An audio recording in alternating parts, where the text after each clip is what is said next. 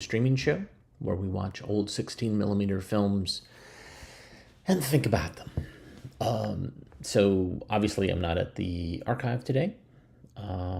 This is a pre-recorded show because I'm actually undergoing a medical procedure that will probably knock me out, and I will not be able to do the show. I probably won't be up for it, but I still wanted to show you films. And so this, like the last time I had a procedure, it's not going to be as crazy as the balloon show that I did, which all the balloon clips. This is actually going to be full films about lasers and stones. Basically, I have bladder stones, and they're going to go in with a laser, and they're going to break them up. So I have films, no films specifically about the procedure, but I have films about lasers. I have tools for cutting stone axes to lasers. So that involves stones and lasers a little bit. Laser Safety, which is a great NASA film. Making Small Rocks Out of Big Rocks, which is a road construction video. So it's not real. It's not on 16, but it's still pretty great. Laser, a Light Fantastic, which is a 21st century Walter Cronkite CBS show. And then I've got some footage of the process of the procedure that we'll show at the end. So thanks for tuning in. Thank you for your well wishes. This should be a easy procedure, and I should be back tomorrow, Tuesday, and I can give you all the details. All right, everybody, thank you so much for tuning in. If you like what you saw, hit the thumbs up. You can also donate via the Super Thanks button, ko-fi.com/avgeeks, patreon.com/avgeeks, or you can just contribute comments and watch what we do. All right, everybody, have a great day, and we will see you tomorrow. Bye.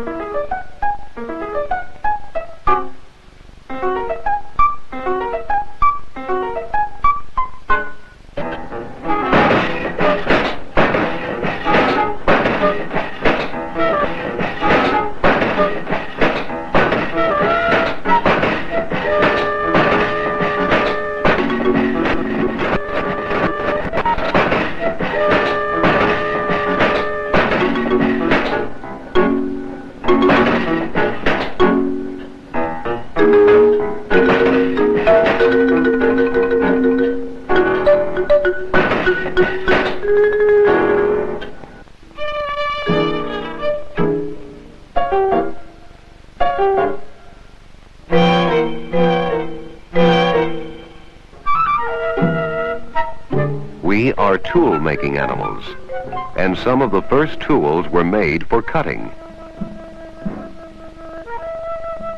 Tools of stone, flint, bone.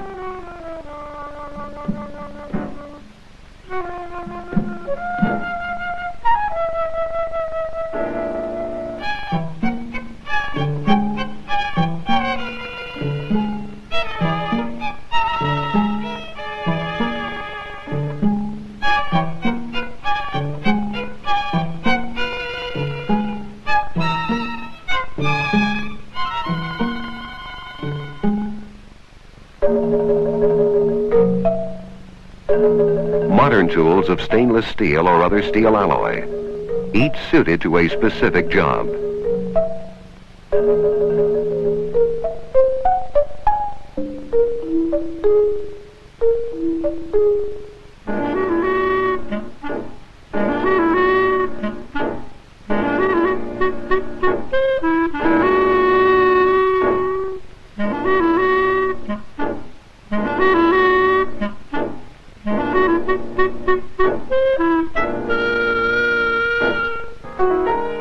With the wrong tool, the job can be difficult. The results disappointing.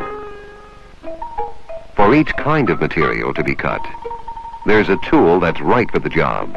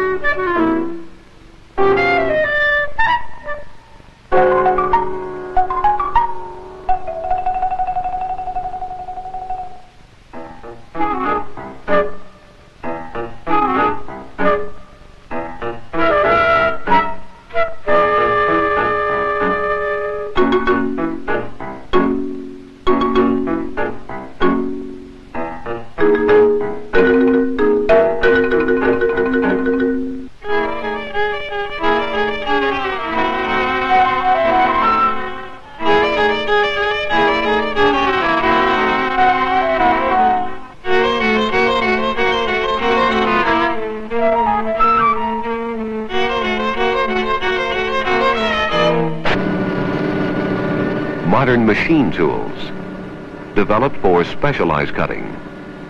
A high-speed saw to cut the hardest steel.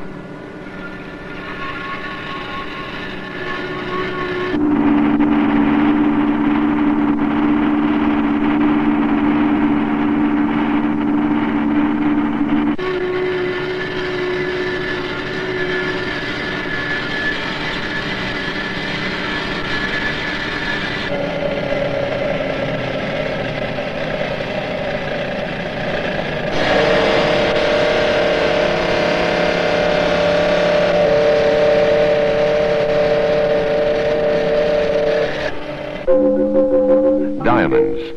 They'll be cut for shape, for brilliance. Their value will depend on the accuracy of each tiny cut.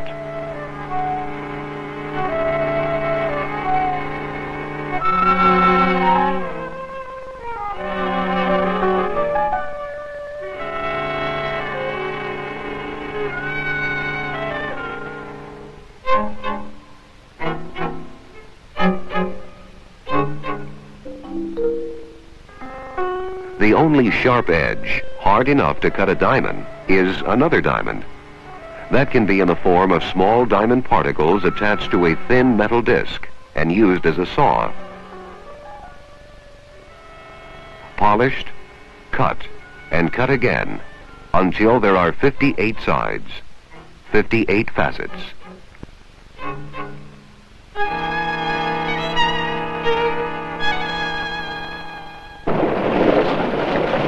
The erosive force of water, carving solid rock into random shapes.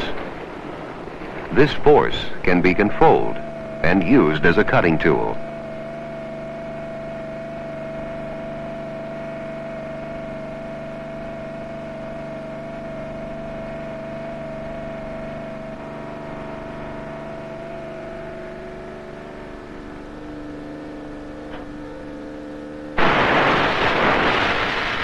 A narrow stream of water moving at high speed under great pressure.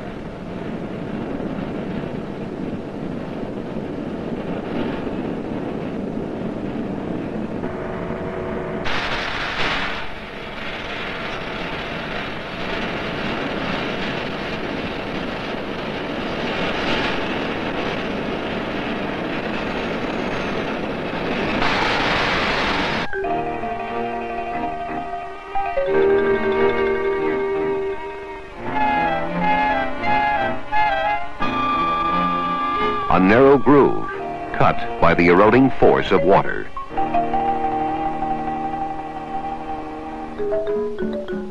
Tools for another kind of erosion cutting.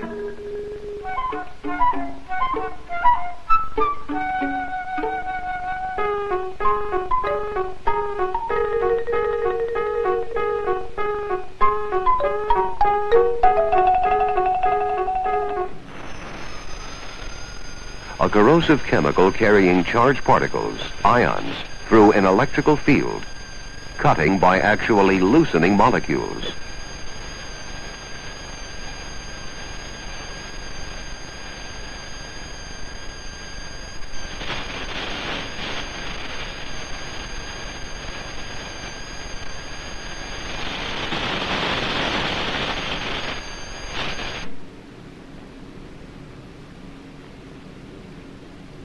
Electrochemical erosion. It can be used on any material that will conduct an electric charge.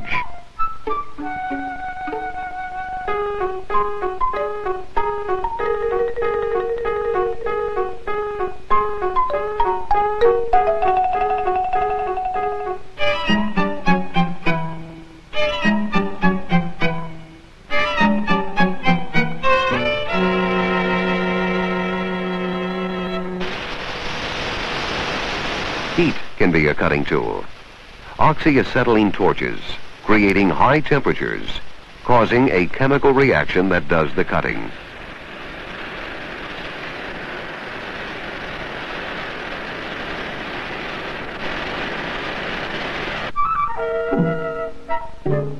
The new materials of the space age. They require new tools and new and more sophisticated techniques of cutting.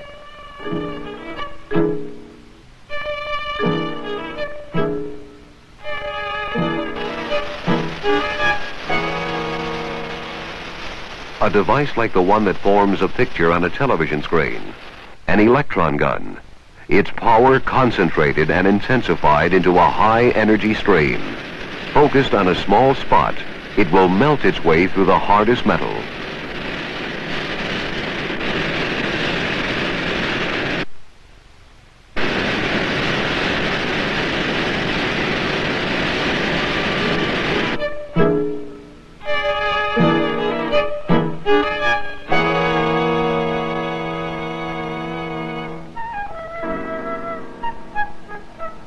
Another high-energy process.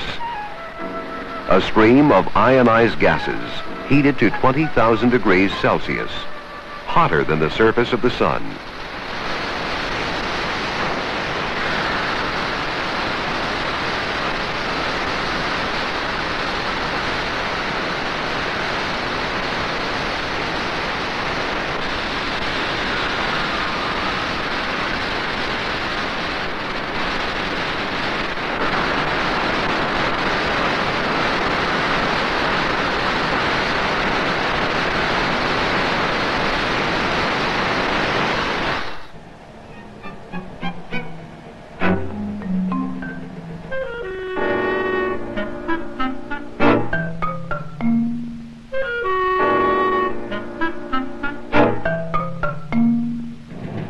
A beam of light, a laser, can be a cutting tool. Flashes of light stored up, then released in a burst of concentrated energy.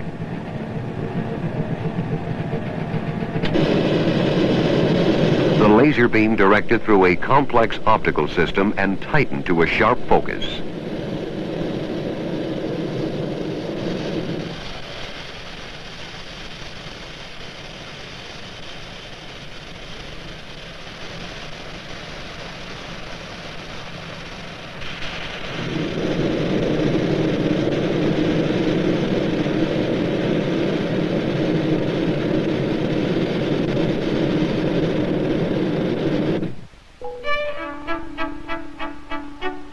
Yes, we are tool-making animals.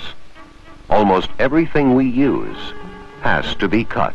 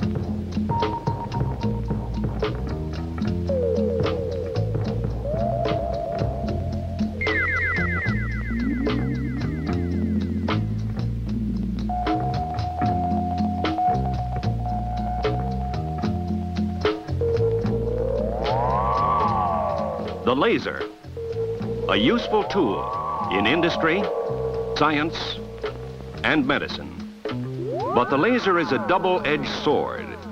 On one side, a beneficial tool. On the other, a dangerous instrument that can be harmful to those who use it. The beam of a ruby laser can burn through steel instantaneously.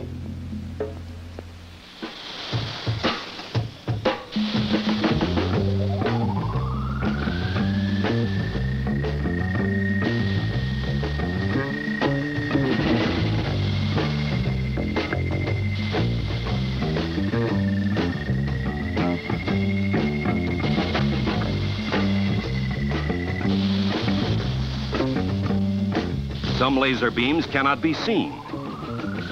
The CO2 laser beam is not visible at any time. Only its effects can be seen.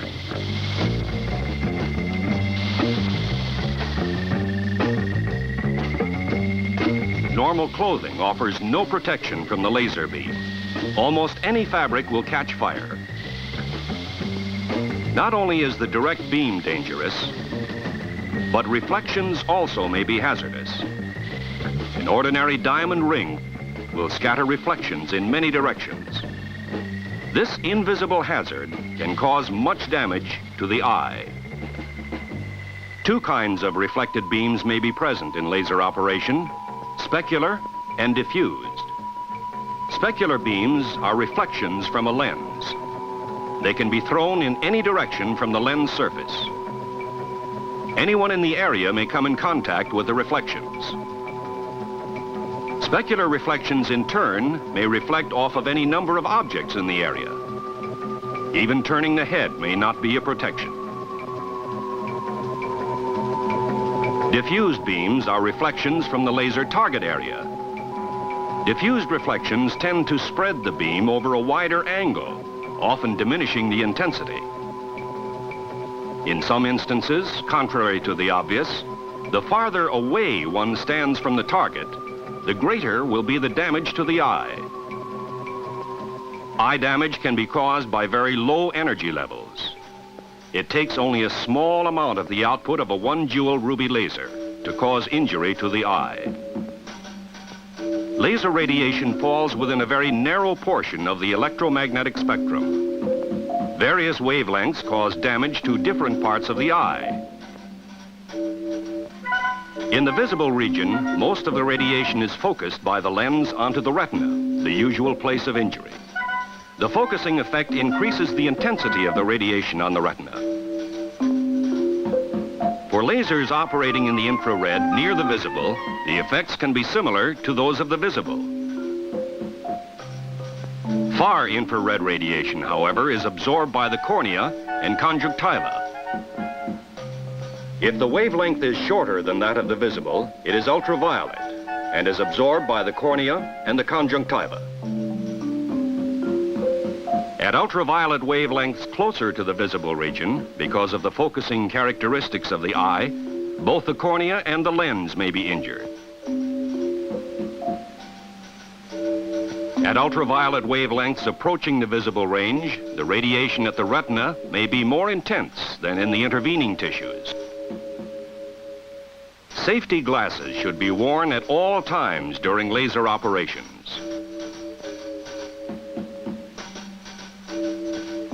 Since protective eyewear is available for different kinds of lasers, one must be certain that the glasses which are to be worn provide protection at the laser wavelength which is to be used. Wavelength must be noted on the glasses.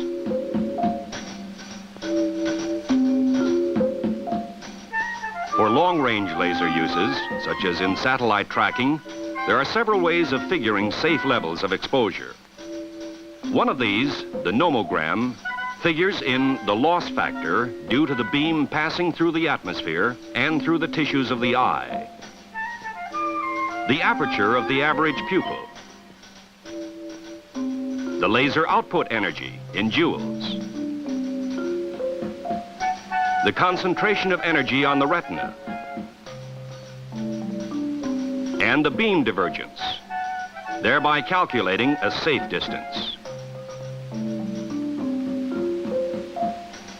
As part of NASA's Earth physics program, several satellites are being tracked by the laser ranging systems located at Goddard Space Flight Center and other facilities in the United States. Anyone in an aircraft intercepting this beam at close range could conceivably receive serious eye damage. To prevent this from happening, the lasers operate in conjunction with radar and visual observers.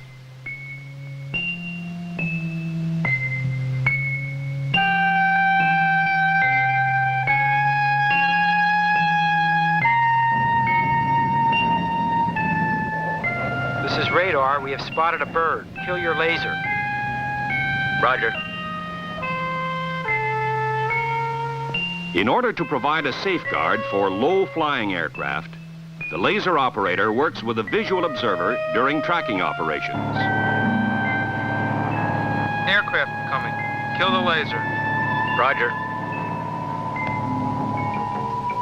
The high voltages required for the operation of lasers present another safety hazard, the high voltage power supply. It is designed to be safe. When the power supply door is open, the safety interlock on the access door automatically shuts off the power supply. However, there still may be high voltage remaining, high voltage which can kill instantly. Because of this danger, maintenance should be performed by two individuals, since several manual operations may have to be handled simultaneously.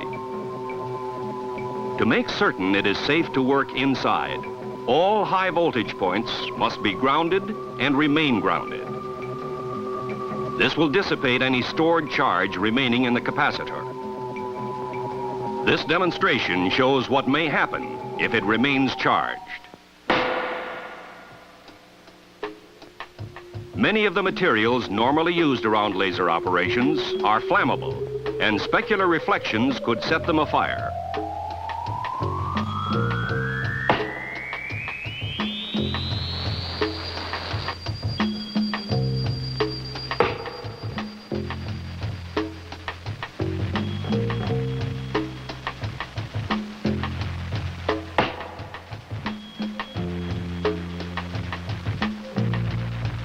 Cryogenic materials can be dangerous.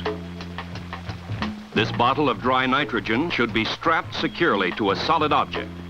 Should the bottle fall over and the regulator break off, the gases will propel the tank with extremely destructive force. Laser operation may result in the production of dangerous gases. In this demonstration, a synthetic object is struck with a laser beam, thereby releasing toxic gases.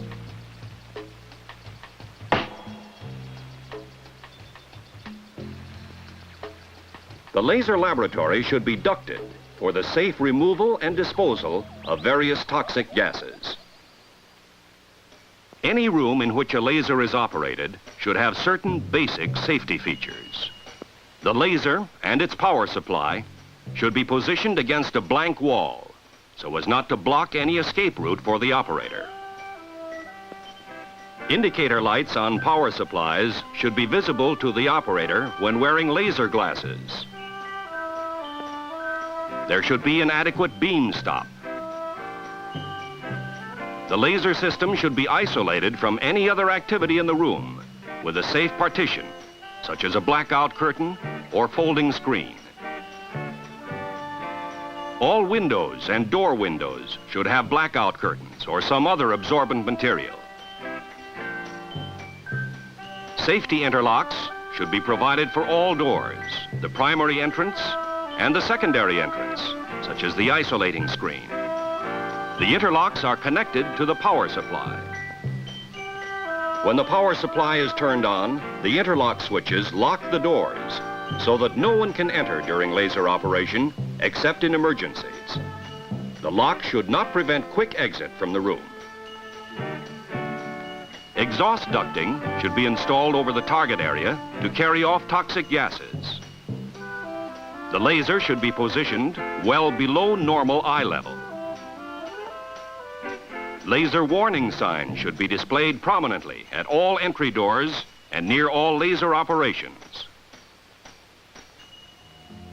The laser can be a dangerous instrument. It can be harmful to those who use it, but to those who use it safely, it is a tool which can benefit mankind.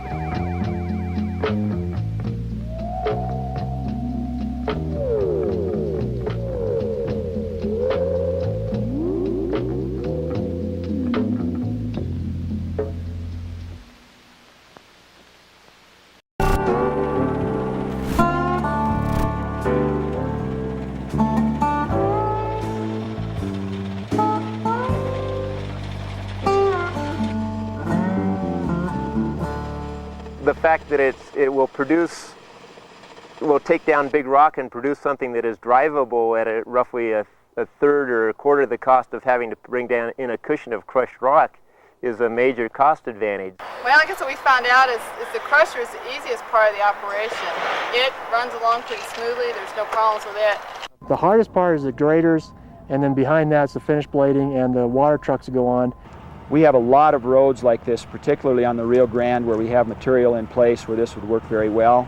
We can now recover what was once a wasted resource, and that's the oversized rock that typically lines ditches or lies in windrows alongside the road.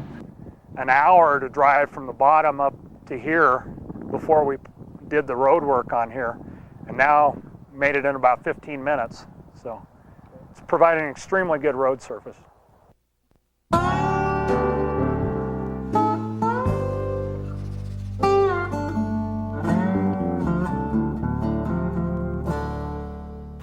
We're in the Chiricahua Mountains right now, and we're doing road restoration on the Onion Saddle Pinery Road. And this road has not had this kind of maintenance in probably 20 or 25 years. And the road surface had become cobbles and real uncomfortable road to drive for an arterial road. We were fortunate to find a mobile rock crusher that we were able to bring up here and start a process that this is the first time it's happened in the country. Finding is that it will crush anything that we have in this area, from the alluvial fan material, which is the round cobbles, the river stone, up into the material up on top here, which is fairly fractured and easy to break up. So hardness has not been a problem at all. We pull material from the ditches and we scarify the road bed, try and scarify it down about 6 inches, and utilize all the material up to 12 inches in diameter, including 12 inches. And then windrow that into the middle of the roadway. There we add water in order to keep the dust down and provide moisture to the soil, trying to get the optimum moisture content. At that point, we bring the crusher in, and it makes its pass, and in one pass it takes all of that material and crushes it into between 1 inch and 1.5 inch minus. It runs along pretty smoothly, there's no problems with it. What takes the hard work and the coordination is keeping everything else around it running. We've got 2 motor graders running. What we have to do first thing in the morning is have both of them go ahead of the crusher and rip the road and form the windrow. And get far enough ahead to where the crusher has plenty of work to do so he doesn't end up stopping. The road's very narrow, it's windy.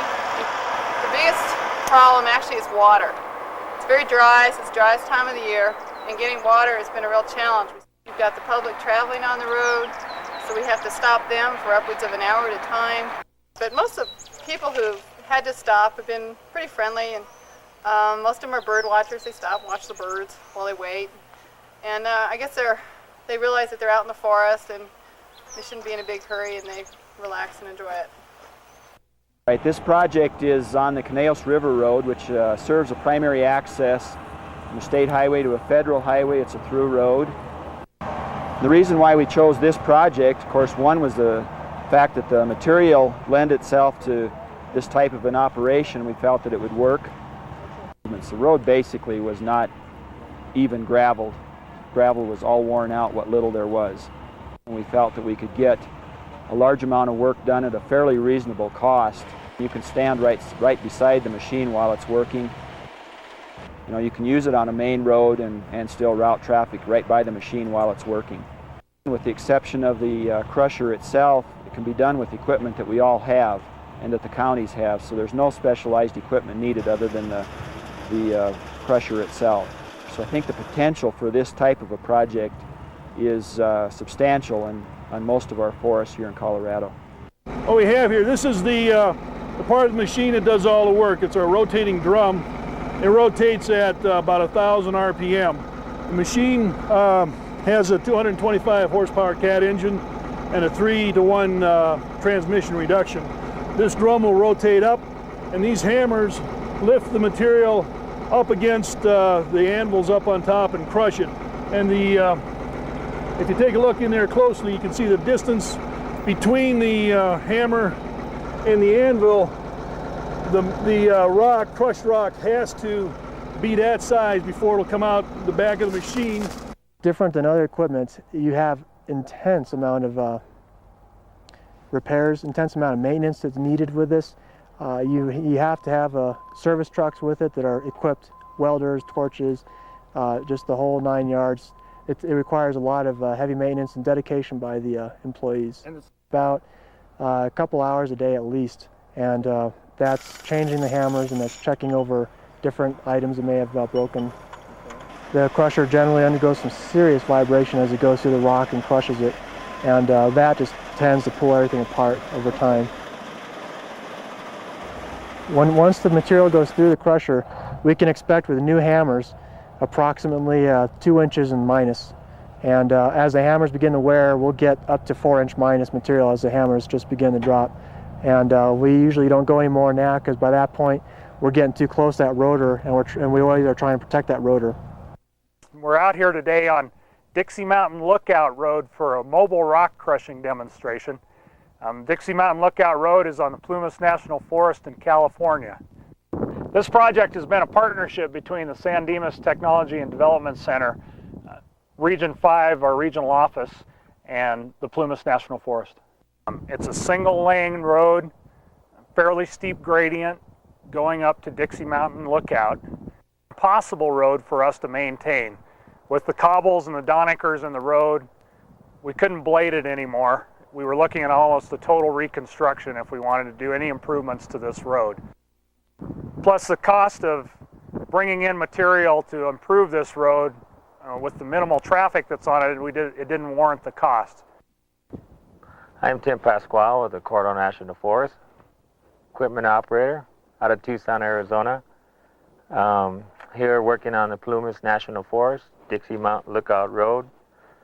This project is a little different than what we have worked on in previous projects due to the fact it's a level 2 type road. It's not as wide as what we're used to. It's a little different, whereas the windrows are a little more intensive in terms of building them. It takes a little more time. It can be very tedious, but running a crusher, you always got to be aware of changes at the level of the road. You got to constantly be aware of the RPMs and your power unit on your machine, keeping them constantly working together. Ideal size is anything below 16-inch diameter and lower because of the size of the opening that it feeds into the machine. It does an amazingly good job of breaking up this type of very coarse, rocky material that has been a real maintenance problem in the past on this particular road.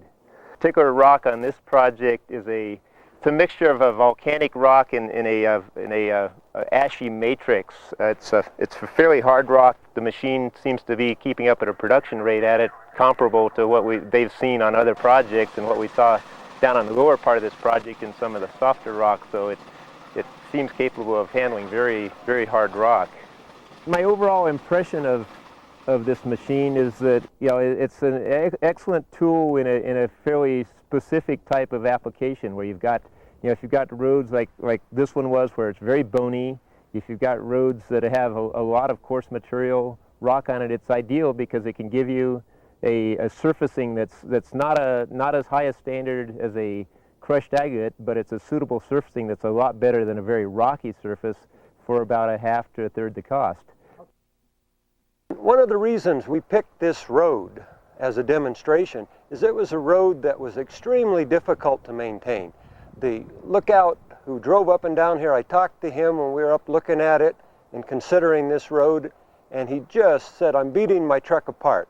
And this was a road that was so bony that you could not maintain it. So the beauty of this tool on this road is it'll come in here and take a section, crush that rock down so that you have a road that is maintainable. We have a lot of remote roads that are, a long way from a commercial rock source. And when you can take a road like this and make it maintainable for $10,000 a mile range, you've got a tool that will work. Before I came, I didn't really have any idea what to expect. I kind of expected what you'd see dumped out of a belly dump, nice graded rock. But of course, we knew that wasn't going to happen. The real test of this road is going to be 2 years from now. When you come back here, has it compacted down? Has it maintained itself? Are we able to maintain a drivable surface? I mean, this is an area that does not get extremely heavy rainfall, or else these fines would have washed off this road already.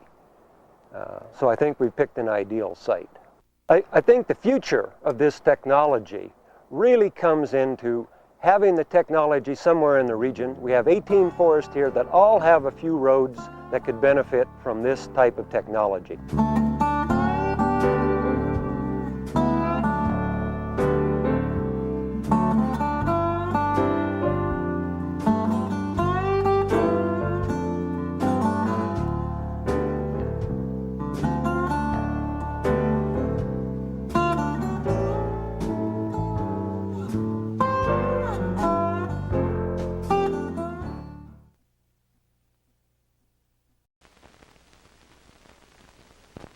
Since the universe began, light has remained unchanged.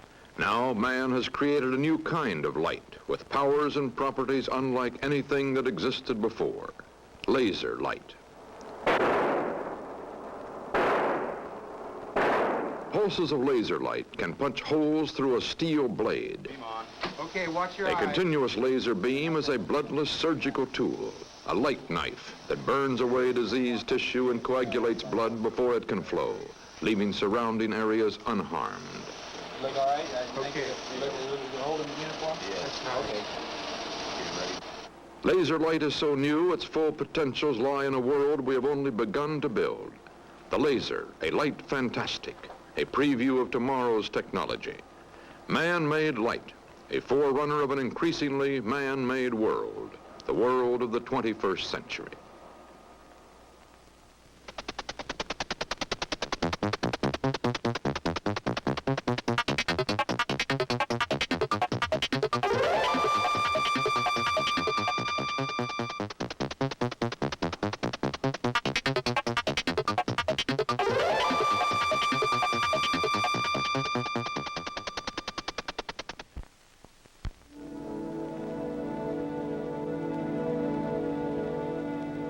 The sun has always been the ultimate source of light for man. Across 93 million miles of space, it showers the Earth with light and heat to sustain life.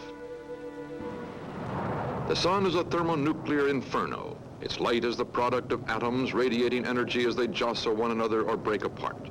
Normal light is a product of such spontaneous atomic activity. Laser light is something new. Atoms in the sun emit uncontrolled light energy. The laser makes atoms emit orderly light.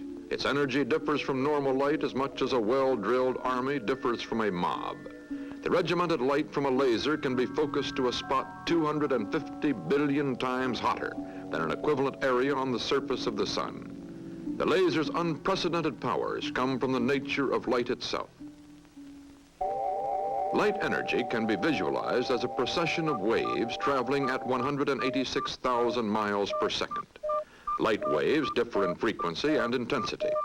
We know these differences as the colors of the rainbow. Normal light sprays out in all directions, a jumble of many frequencies or colors, like the sound wave jumble we call static. A laser amplifies light wave energy and organizes it into an intense beam, a kind of light that doesn't exist in nature, coherent light. Coherent light waves march in step, like the sound waves of a pure tone. The laser is only 10 years old. In 1958, Charles Towns and Arthur Schawlow conceived the basic theories behind laser light. In 1960, Theodore Maiman created the first working laser device. At Stanford University, this reporter spoke with Arthur Schawlow.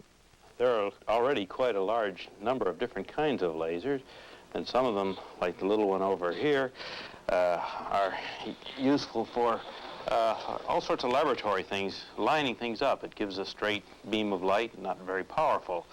And it's very handy for educational purposes. You can show the properties of light in a very simple way.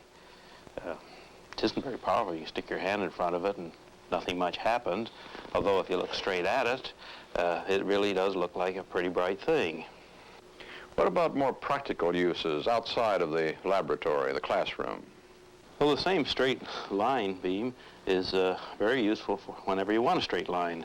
For example, there are machines now which will guide tunnel drilling machines. They won't drill the tunnel, but they guide and they shoot a laser beam, and the drilling machine rides the beam and stays and drills a straight tunnel. Main power is on. A beam of light is nature's straightest line. Light waves also vibrate at extremely high frequencies. This makes light an attractive medium for communications. The greater a wave's frequency, the more message information it can carry. Normal light waves are too disorganized to carry communications very far. A laser's organized waves are ideal. Theoretically, all of the world's present communications could be carried by a single laser beam. This is a laser communication system developed by Bell Laboratories. Normal television signals are converted into a code of electrical pulses. The laser light waves carry this pulse code. At the receiving end, the pulses are converted into normal television pictures. Today, we are far from filling laser light's 80 million channel capacity. By the 21st century, however, picture phones in every home and personal computers may demand laser communications. Despite its vast communications capacity, laser light is still light.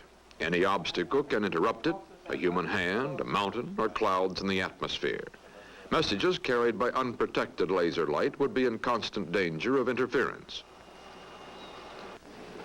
One solution is to create a laser pipeline. There remains the problem of guiding the beam in the pipe and keeping it in focus over great distances.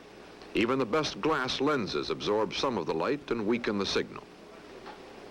Bell Lab scientists have come up with an ingenious solution to this problem, a lens, seen here in cross-section, that uses the density of air rather than the density of glass to focus the beam. An increase in air pressure increases air density. Changing the density focuses the laser beam as it passes through the air in the pipe. This communication system uses a continuous laser beam. There is a second form of laser energy, the short pulse. This laser at Corad Corporation is used to balance the rings of a gyroscope. A laser pulse lasting for 50 millionths of a second creates a 3,000 degree hot spot on the ring surface. This temperature vaporizes tiny bits of metal, correcting the balance of the ring. Pulse lasers have unique advantages as welding tools. In 3,000ths of a second, this laser welder can focus 5,000 degrees onto an area less than the diameter of a human hair. It creates a perfect weld. Chemical waste products are vaporized before they can contaminate the joint.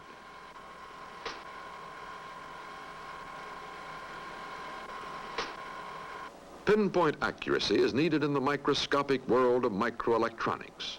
Tiny joints must be soldered without affecting adjacent heat-sensitive materials. The laser pulse melts the tips of these gold wires with a 1,000 degree hot spot. The temperature a fraction of an inch away remains unchanged.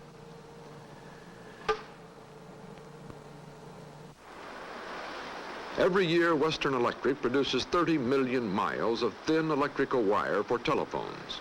The wire is pulled through tiny holes drilled in diamond dies until it is 1/2 the diameter of a human hair. Drilling a microscopic hole in a diamond used to be a tedious day-long process using steel pins coated with olive oil and diamond dust. A pulse laser has changed all this. The day-long drilling process has been reduced to a few minutes.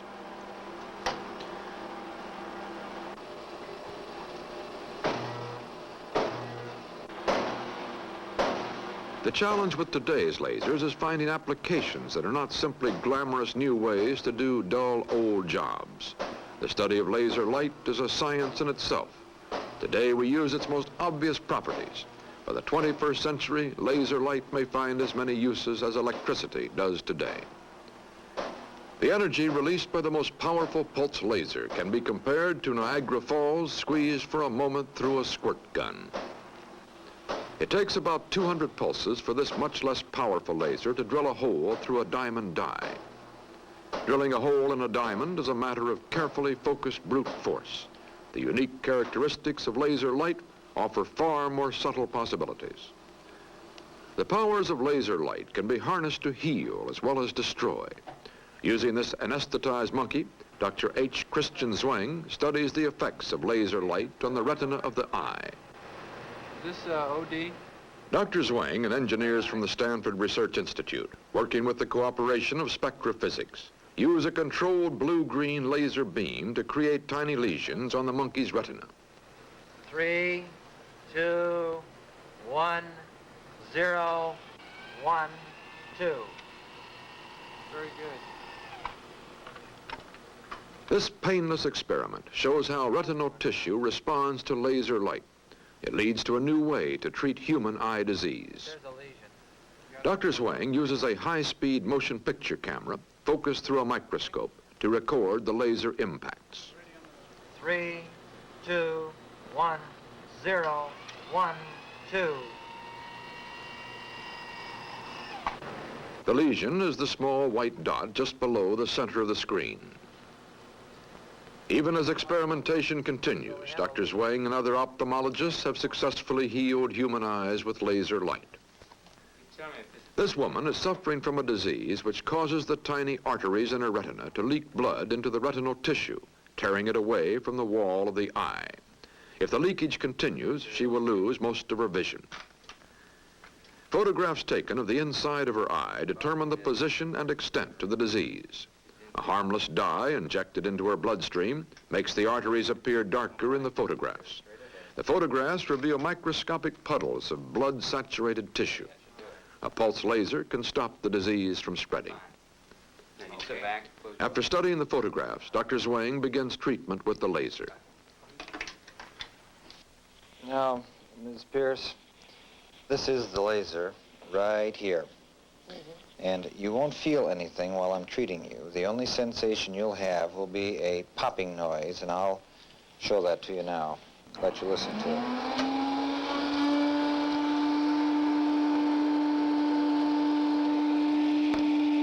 Hear that? Fine. Now I'll show you the laser light on the ceiling. I'll fire it for you, and you'll be able to see the red light.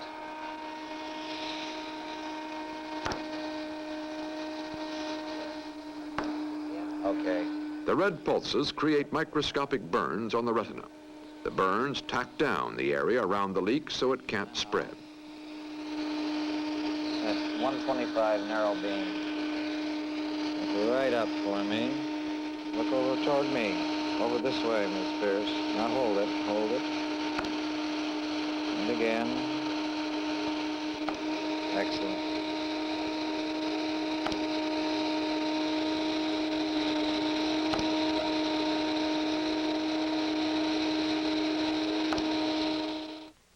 This post-operative photograph shows the diseased areas sealed after treatment with the laser.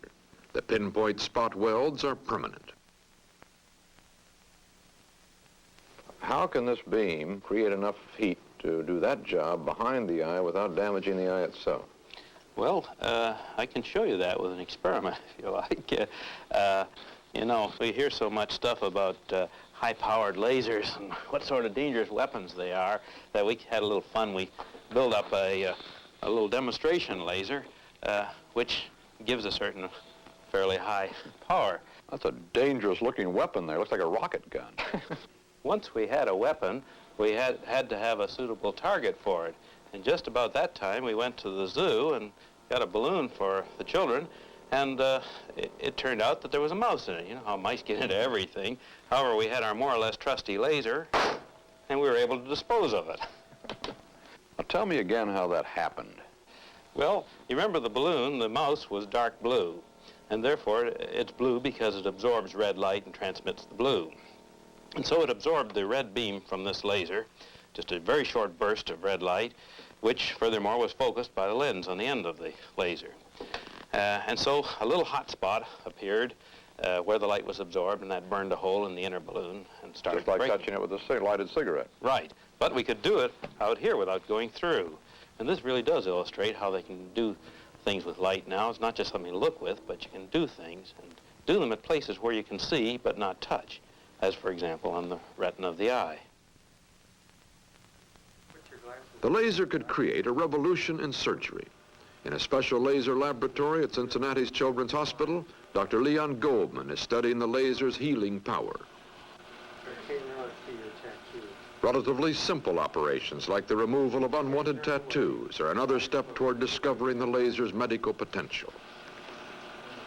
I'm putting on the gloves to protect my hand. Color is the key to the laser's effectiveness.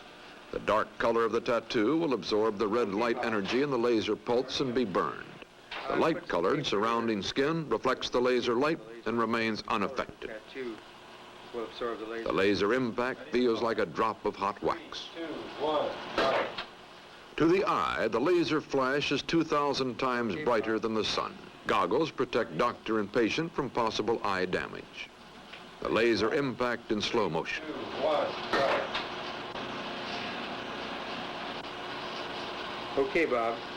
Starting up. Ready to fire. 3, 2, 1, fire. Okay, that was good. All right, let's rest. Here's the result of your... These burns will heal. If the treatment is successful, the tattoo will be gone. Similar results have been achieved with serious skin diseases. Okay, Jim. Ready for the laser kill? This is the world's first laser operating room. Dr. Goldman uses a pulse laser suspended from the ceiling to treat skin tumors. Again, the laser's frequency or color is the key. The amount of tissue destroyed depends upon the length of the pulse. Towards our right. Laser surgery is still highly experimental. By the 21st century, a searing beam of laser light may join the scalpel as an essential surgical tool. Okay. The quartz rod is now in position on... A clear quartz rod guides the beam onto the tumor. 2, 1, fire. The relatively small amount of blood reveals one of the laser's revolutionary surgical properties. The heat it produces is so great that blood vessels are sealed before blood can flow. A continuous laser beam has been used as a bloodless light knife, which cuts around the diseased area, sealing the wound as it goes. Okay, ready. Ready, Doctor. Ready. Ready? 3, 2, 1, fire. Good. How's that feel? Well, I think, are those a little strong? The actual length of the pulse is only 2/1000th of a second. 3, 2, 1, fire. May I have the glasses off, please? Thank you. Some forms of cancer have been treated experimentally with laser light. The results are far from conclusive. A few special cases are encouraging. 4 years after laser treatment, there is no trace of the skin tumor that once covered this arm. With present-day lasers, then what reaches the target is light and heat. They're the same thing, really. It's light, and when it's absorbed, it's converted to heat. We can show this rather graphically if we shoot a laser beam at a piece of paper that has something typed on it. The type will absorb, the black ink will absorb the light from the laser and convert it to heat. The white paper isn't affected because it doesn't absorb the light. The heat can be so violent that the ink is blasted right off the paper and you have erased the letter, but the paper is unaffected. You have a demonstration of that? I can do that. I have a rather laboratory, shall we say, model of a laser eraser, which I can set up here. A practical device, of course, would have to be, and would be considerably smaller.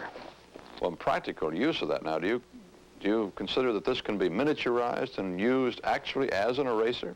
Yeah, people think of lasers as being wonderful military devices or exotic communications devices and think they'll have to cost a lot.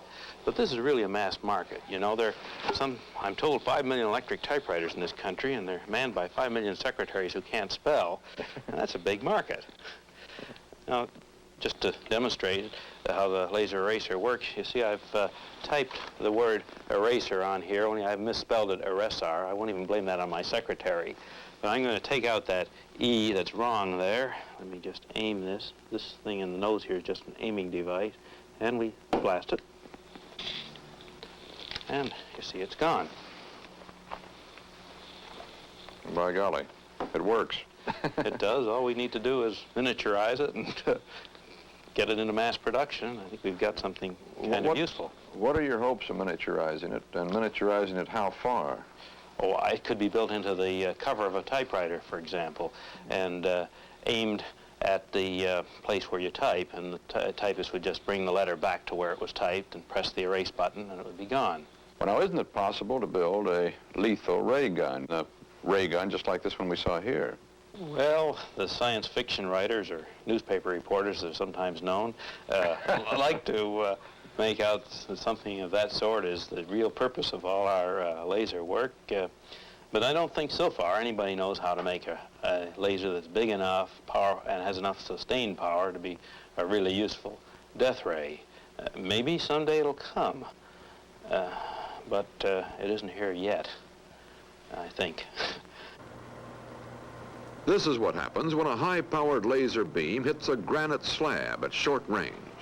By the 21st century, lasers may help dig tunnels by softening the rock ahead of the drills. The big problem with today's high-powered lasers is their inefficiency.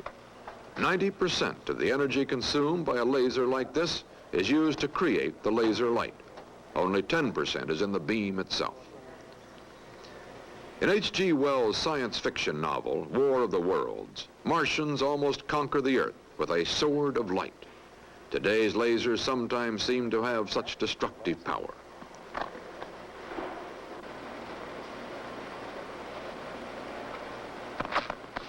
To do this job a mile away, however, requires more power than New York City uses in a year. At close range, a laser cuts asbestos like paper. But light is not only a source of heat and destruction, its energy reveals the world around us. Laser light can create a three-dimensional image so real you can see around it. This is the revolutionary new kind of photography called holography. At the University of Michigan, Yura Supatnieks prepares a hologram. Holography is lensless three-dimensional photography. There is no camera, no shutter, no lens, just a photographic plate, some mirrors and prisms, and a laser. To understand how a hologram is made, imagine a triangle. At its apex, a laser, at one corner a photographic plate, at the other the object to be photographed. First, the laser beam is split in two. One beam shines on the object to be photographed, in this case, models of two antique cars. The second beam shines directly on the photographic plate. The plate is exposed with reflected light from the cars and direct light from the second beam. This is the exposed plate. It is called a hologram. An eerie three-dimensional replica appears when a laser shines through the hologram, an image that seems almost as real as the original. Holography was originally conceived by physicist Dennis Gabor in 1948. But it took the invention of the laser's coherent light 12 years later before the first hologram was possible.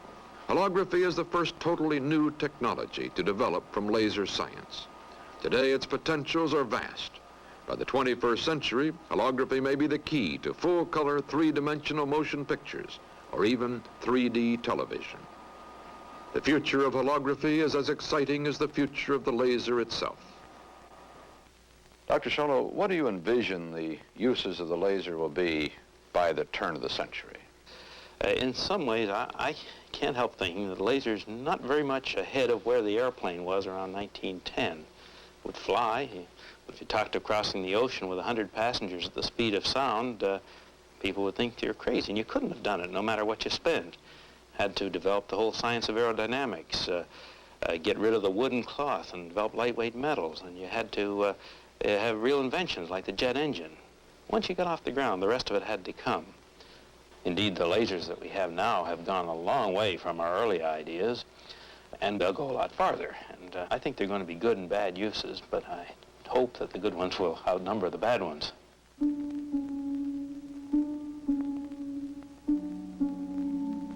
The laser today, in a sense, is a solution seeking a problem. It is here, but its real potential has not yet been realized. Its ultimate uses wait to be discovered. The creation of the laser was an ancient dream come true, the ray of light that heals, the sword of light that destroys your enemies. The laser today stands on a technological frontier, a frontier we are only beginning to explore. Where the laser's fantastic light will shine is a challenge we face as we move into the 21st century.